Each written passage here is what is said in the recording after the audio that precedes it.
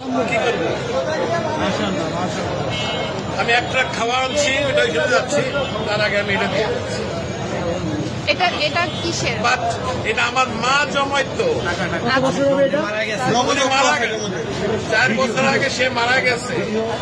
আমি জানি না এটার মধ্যে কি আছে, আছে অনেক কিছুই আছে, কি আছে আমি জানি না। এটা আমি দিয়ে গেলাম।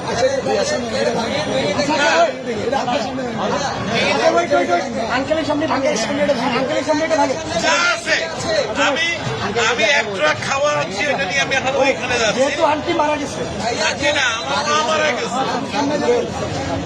এটা তো বহু মূল্যবান, মানে অমূল্য। আমার কাছে এটা অনেক মূল্যবান, 2 টাকাও থাকে, অনেক মূল্যবান। আপনি কি চান আপনার সামনে আমরা এটা ভাঙবো? আপনি দেখতে চান? যদি চান, আচ্ছা আপনি চান, আপনি যদি চান, আপনি চান, আচ্ছা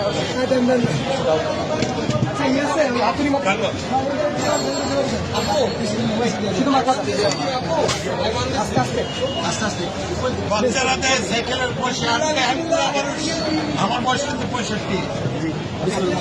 আপনি চান তো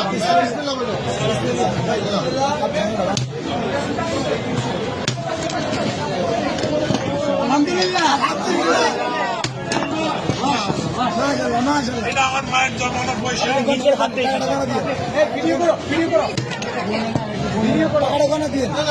বলতে হবে না, আপনি এখানে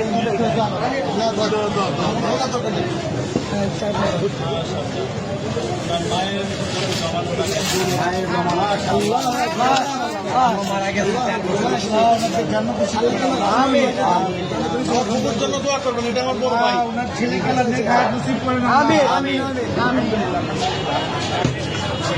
তোমরা এটাকে সব ব্যবহার করবে, এই আশায় আমি আছি।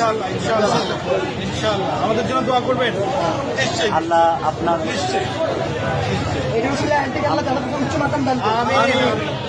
আঙ্কেল, আপনাকে ধন্যবাদ আমাদের বৈষম্য বিরোধী ছাত্র আন্দোলনের উপর ভরসা রাখার জন্য। আপনার মৃত মায়ের মহামূল্যবান এই জমানো টাকা আমাদেরকে ডোনেট করার জন্য আপনাকে অসংখ্য অসংখ্য ধন্যবাদ। আমরা আপনার প্রতি চিরকৃতজ্ঞ থাকবো।